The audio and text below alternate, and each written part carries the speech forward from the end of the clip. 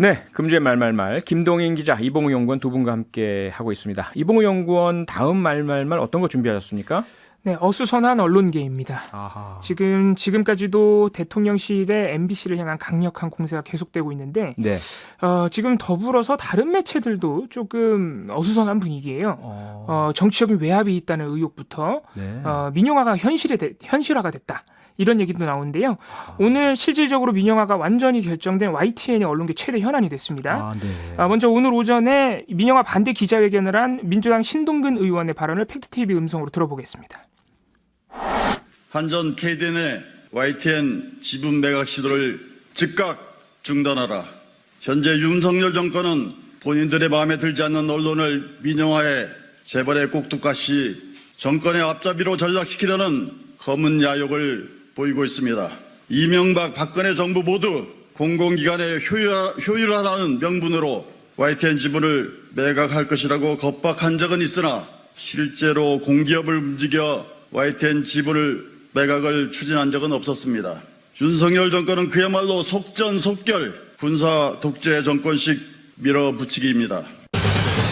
네, YTN 대주주가 공기업인 한전 KDN인데 YTN 지분 매각 철회 요구가 계속 있었지 않습니까? 네. 그런데 결국은 한전 KDN 이사회에서 오늘 최종 매각을 결정했다면서요. 그렇습니다. 지난달 이제 국정감사 등에서 이미 한전 KDN 사장이 매각을 할 것이라고 밝혔고 또 얼마 전에 기재부 장관도 네. 추경호 장관도 이거 가지고 있을 필요가 없다 이런 식으로 확언을 했기 때문에 그랬죠. 정해진 수순이긴 했는데 네. 사실 한전 KDN 이사회가 그동안 만장일치로 모든 걸 의결하는 관행이 있었기 때문에 예. 7명의 이사 중 반대하는 이사가 분명히 있다. 그래서 이사회 결과가 좀 다르게 나올 수도 있다는 가능성이 얘기가 나오긴 했었습니다만 네.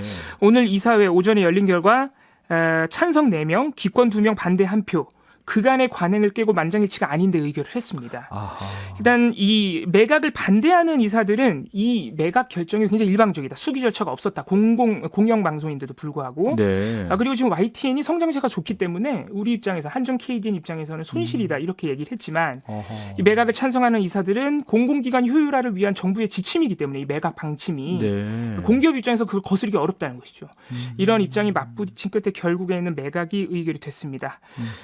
1997년 당시 YTN이 경영난을 겪었는데 네. 이 공기업들이 지분을 대량으로 가져가면서 좀 안정적인 재원 운영 토대를 마련해주고 대신 예. 공적 역할을 부여하는 식으로 YTN 운영이 결정된 지 25년 만에 사실상 민영화가 확정된 것이라 할 수 있습니다. 네.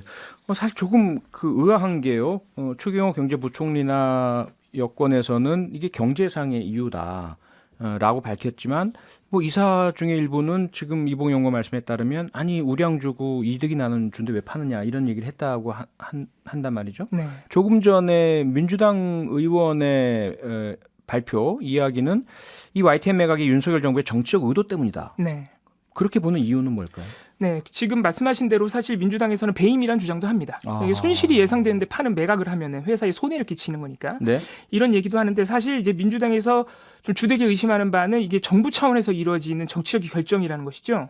이게 불과 3개월 만에 매각 결정이 이루어진 것이나 다름이 없는데 네. 8월 16일에 그 산업부 산하의 그 혁신 TF가 있습니다. 예. 이 공공기관 효율화, 공공기관의 혁신을 위해서 여러 가지를 관장하는 위원회 성격인데 네. 이 한전 KDN이 8월 16일에 이 산업부 TF의 자료를 제출할 때는 지금 팔면 손해니까 안 판다 그랬어요. 아하. 근데 일주일 만에 이 산업부 TF에서 팔으라고 권고를 합니다. 아, 그래요? 예, 그리고 9월 16일 한 달 만에 결국 한전 KDN이 산업부에 최종 보고서로 매각을 추진하겠다고 한 달 만에 입장을 바꿔서 보고서를 냈고요. 네. 이때 당시에 산업부는 이 혁신 TF의 권고기 때문에 강압이 아니다. 결정은 한전 KDN이 한 것이다. 이렇게 얘기했지만 네. 사실 공기업 입장에서 바로 상급기관인 산업부가 권고를 하면 아하. 그것을 좀 거스르기 어렵다. 이런 분위기도 있고 네. 또 산업부 혁신 TF가 7명인데요. 네. 이 중에 3명은 국민의힘과 산업부 소속이고 2명이 그동안 YTN 인수에 적극적으로 뛰어들었던 그래서 인수팀을 구성한 바도 있는 한국경제 소속, 한국경제 출신이에요. 네. 그렇다 보니까 이게 결국에는 정부와 이 인수에 적극적인 한국경제의 의지대로 굴러간 것은 아니냐 이제 이런 의심도 있었던 것이죠. 실제로 지금 한국 경제가 지분을 어느 정도 가지고 있는 상황이긴 합니다. 현재도요? 네, 한 5% 정도 지금 가지고 있는 것으로. 그러니까 한국경제신문이 3.3%, 한국경제TV가 1.7%를 가지고 있고요. 네. YTN 같은 경우에 상장 기업이에요. 그러다 보니까 지금 지분이 예전에 이제 서울신문이 호반건설에게 인수될 때랑은 조금 다르긴 네. 합니다. 호반건설은 포스코 지분을 사와서 네. 우리사주 조합의 지분을 인수받는 형태로 이제 과점주주가 되어서 이제 인수를 한 케이스고요. 네. 우리 사주니까 직원들이 사실 네. 주주였다는 셈이죠. 직원들이 사실상 찬반 투표를 한 거나 마찬가지가 돼버렸는데 네.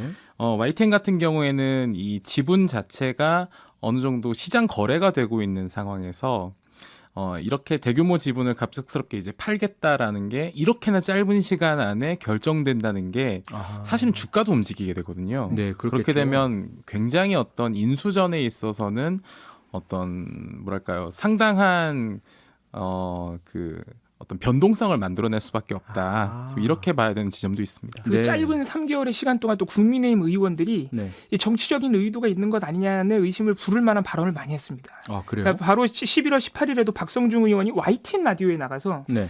YTN이 우리 편은 아닌 것 같고 민주당 편이 됐기 때문에 네. 그렇게 편파적으로 보도하고 있기 때문에 반성해야 한다. 뭐 이런 얘기를 했으니까 그런 좀 이게 편가르기 논리로 지금 모든 게 진행되는 거 아니냐 이런 의심을 사실 약간은 자초한 바도 있다는 것이죠. 우리 편 아니니까 팔아버린다.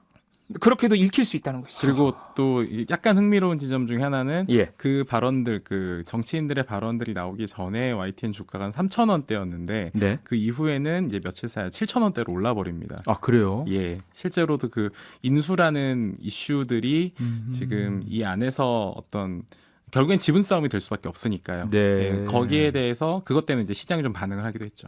아, 그렇군요. YTN이 이렇게 민영화 때문에 논란이 일고 있다면 최근 CBS 같은 경우는 보도 개입 논란이 또 있죠? 그렇습니다. CBS 같은 경우에는 최근 그 윤 대통령 순방에서 네. 전용기 안에서 개인적으로 부른 기자 2명 중에 1명이 사실 CBS 기자였기 때문에 그렇다면서요? 여러 가지 지금 논란이 나오고 있는 와중에 이런 일들이 겹치는 겁니다. 11월 5일에는 그 이태원 참사 당일에 네. 경찰 병력이 그 대통령 관저 경비하느라 대비를 못한 것 아니냐 이런 의심을 담은 단독 보도가 CBS 산하 노컷뉴스에 있었는데 네. 그중 내용 일부를 이 CBS의 김진호 사장이 조금 지워야 된다. 아. 이런 얘기를 해서 실제로 지워졌다. 그래서 이거는 실제로 기자들이 반발을 했어요. 성명을 냈습니다. 네. 그리고 또 한 가지 최근까지 그 노컷뉴스 영상 콘텐츠 중에 인기가 가장 많았던 이슈 시계라는 코너가 있는데 네. 이게 작년이 아니죠. 지난달 18일까지 이제 김건희 여사 뭐 봉사가 기획된 것 아니냐, 논문 표절 의혹 이런 것들을 연재하고 비판적인 보도를 많이 냈는데 예. 딱 지난달 18일 날 영상을 내고 지금까지 한 달 넘게 영상이 안 나오는 거예요. 그래요? 근데 이 부분에 대해서도 김진호 사장, CBS 사장이 좀 불만을 내부에서 표출한 적이 있다 그럽니다. 아하. 그래서 이게 사장이 좀 정치적인 눈치를 보고 좀 보도나 편성에 개입하는 것 아니냐. 지금 CBS 사측에서는 사내에서 회의할 때 그런 식의 의견 표명은 누구나 하는 것이기 때문에 네. 압박이 아니라고 하지만 지금 내 외부에서 조금 의심이 나오고 있는 상황입니다. 네. 참 안타깝네요. 다음 말은 어떤 겁니까? 네, 결국 다시 총파업이라는 키워드인데요. 네. 자, 오늘부터 민주노총이 총파업을 선언을 했고요. 오늘 공공운수 노조, 특히 이제 서울대병원 노조 등으로 시작으로 파업이 시작이 됐는데 특히 주목을 받는 것이 내일 이제 총파업을 시작하는 화물연대입니다. 네. 왜냐하면 화물연대는 사실 불과 5개월 전인 6월에 파업을 한번 했습니다. 아, 그랬죠? 근데 어째서 다시 또 파업을 하게 됐는지 동참하게 됐는지 그 이유에 대해서 어제자 KBS 보도를 한번 들어보겠습니다. 국토부가 지난 9월 국회에 제출한 자료입니다. 품목 확대에 화주들이 반대하고 있다. 기술적, 현실적 적용 가능성을 고려해 신중하게 접근해야 한다는 입장을 밝혔습니다. 국토교통부는 공식적으로 합의를 파기합니다. 품목 확대가 기술적으로 불가능하다. 안전운임 지속 추진, 제도 확대는 어렵다. 화물연대는 당정이 안전운임제의 품목 확대가 불가하다는 입장을 공식화한 것은 책임을 회피하는 것이라고 주장했습니다. 그러면서 예정대로 모레부터 총파업에 들어가겠다고 밝혔습니다. 6월 합의를 정부가 어겼기 때문에 굉장히 분노하고 있습니다. 파업에 돌입하게 되면 이 법안이 반드시 통과될 때까지 총파업 이어갈 겁니다. 그러니까 화물연대 측에서는 6월 합의를 정부 측에서 파기했다. 이렇게 보고 있다는 거네요. 그렇습니다. 지난 6월 7일 화물연대 총파업 때 이 파업의 가장 큰 이유가 최저임금제랑 비슷하다고 할 수 있는 화물 노동자들에게 안전운임제. 안전운임제가 올해 일몰제 때문에 폐지가 되니까 네. 이거를 연장해주고 그리고 지금 컨테이너와 시멘트 2개 품목만 해당이 되니까 예. 사실 화물 노동자들이 그 싣고 다니는 조금 굉장히 규모가 크고 위험한 물건들이 컨테이너나 시멘트만 있는 건 아니잖아요. 그렇죠. 그래서 다른 품목의 확대를 좀 요구를 하면서 파업을 했던 것인데 네. 그때도 정부는 굉장히 강경 대응, 불법 파업에는 무조건 강경 대응하겠다고 하면서 뭐 개입을 했었죠, 반대하는 공권력. 태도로 예, 예. 나왔었죠. 네. 그때 당시 그래서 8일 만에 결국은 정부와 협의를 하면서 파업이 종료됐는데 네. 정부가 합의한 대로 논의를 시작하자마자 일몰제에 대해서는 논의를 했지만 품목 확대에서는 처음부터 안 하겠다고 선을 그었다는 거예요. 아. 지금 이게 노조가 밝히는 입장이고요. 또 예. 9월 달에 국토부가 국회에 제출한 이 자료들, 의견을 보면은 화주들, 그러니까 대기업들이 네. 반대한다. 품목 확대를 반대한다. 아하. 그리고 지금 안전운임이라는 것이 화주들에게도 부여가 되고요. 네. 그 화물 노동자들이 속해 있는 운송 사업자들에게도 부여가 돼서 그 두 군데로 봤는데 사실 또 대기업들, 그러니까 화주들에게는 안전운임을 거의 못 받는다. 이게 또 노동자들의 입증이긴 한데 네. 이게 국토부가 화주들에게 부여된 안전운임을 아예 없애야 된다는 또 의견을 국회에 제출했던 겁니다. 아하. 그러니까 오히려 안전운임제를 약간 축소하자는 방향으로 계속 국토부가 의견을 내니까 네. 이 지금 화물 노조 입장에서는 사실상 합의 파기다 해서 다시 내일부터 파업을 한다는 입장입니다. 네, 안전운임제 말씀하신 대로 이게 제대로 된 운임이 이게 보장이 안 되면 상당히 힘들게 잠도 못 자고 장거리 운전하고 해야 될 테니까 사고가 많이 발생할 테고 네네. 그래서 안전에 위해가 가니까 이런 최저임금 격의 안전운임제를 도입해달라 이거 아니겠습니까? 네네. 근데 그것을 합의가 파기됐다. 그런데 정부 입장에서는 아까 말씀하신 것처럼 여전히 불법 파업, 엄정 대응 이런 입장을 고수하고 있는 거죠. 네, 그렇습니다. 사실 지금 정부뿐만 아니고 저 언론 네. 보도도 최근에 보시면은 고유가의 고물가의 경제 위기인데 아하. 이렇게 시민과 기업의 볼모를 잡고 또 네. 파업을 한다 그러면 어떡하냐? 안전운임제가 안전운전을 하게 한다는 효과가 입증이 됐느냐 이런 보도가 나오고 있어요. 저 지배적인 양상이긴 합니다만 네. 사실 조금 더 깊이 있게 보면요. 지금 정부가 아예 이 노조의 지위나 파업의 쟁의권 자체 인정을 안 합니다. 그래서 파업이란 용어를 안 쓰죠. 불법 운송 거부에 대해서 불법이니까 강력 대응하겠다는 것을 어제 한덕수 총리가 기자회견을 할 정도로 예. 강력하게 표명을 하고 있는데 이게 올해 있었던 대우조선해양 하청노조라든가 하이트진로 운송 노동자들 파업마다 정부가 계속 했던 똑같은 얘기입니다. 네. 근데 이 똑같은 논리가 이번에 민주노총이 총파업을 하는 주된 이유 중에 하나예요. 아하. 그러니까 이 가면 갈수록 플랫폼 노동자들이 많아지고 하청 노동자 많아지고 특수고용 노동자, 택배 노동자 그렇죠. 이런 분들이 많아질 수밖에 없는 지금 산업 환경의 변화가 있는데 네. 그분들이 원청과 직접 계약 당사자가 아니라는 이유로 처음부터 협상도 안 해주고 아하. 대화도 안 해주면서 결국엔 쟁의를 하면 또 너네는 직접 계약 당사자가 아니니까 노조도 아니다. 그러니까 파업하면 또 불법이다. 네. 이렇게 순환 논리가 계속 발생되니까 무슨 말만 하면 다 불법이 되는 거예요. 이 노조가 이제 바라보는 입장에서는. 네. 그래서 노조법 2조를 개정을 해서 노무를 제공하는 입장에 있으면 일단 무조건 노동자로 보고 네. 또 그 노무를 제공받고 지시하는 입장에 있으면 무조건 사업자로 봐야 된다. 예. 사용자로 봐야 된다. 노조법 2조가 지금은 그런 상태가 아니거든요. 네. 그리고 그런 개정이 필요하다는 게 지금 민주노총의 총파업 논리 중에 하나이기 때문에 네. 안전운임제의 효과라는 국소적인 부분보다 조금 더 우리가 넓게 봐야 될 부분이 뭐냐. 네. 이런 것도 좀 살펴볼 필요가 있습니다. 이 문제 현직 기자로서 김동인 기자는 네. 어떻게 보고 계십니까? 저 그렇지 않아 좀 시사인에서 2주 연속으로 이 문제들을 그 고속도로 그 주행 기록 장치가 DTG라는 게 있습니다. 있죠. 예, 예. 그걸 가지고 저희가 분석을 해서 이번에 기사를 썼는데요. 네.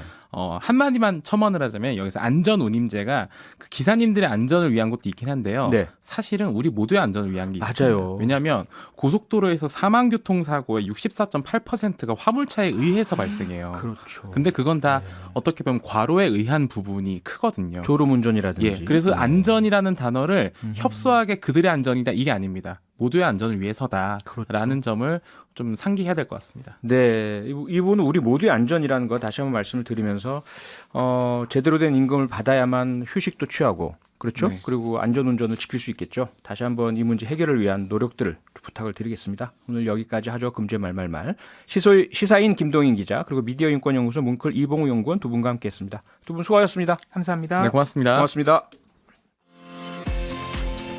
평일 저녁 6시 5분에 여러분을 찾아갑니다. MBC 라디오 표창원의 뉴스 하이킥.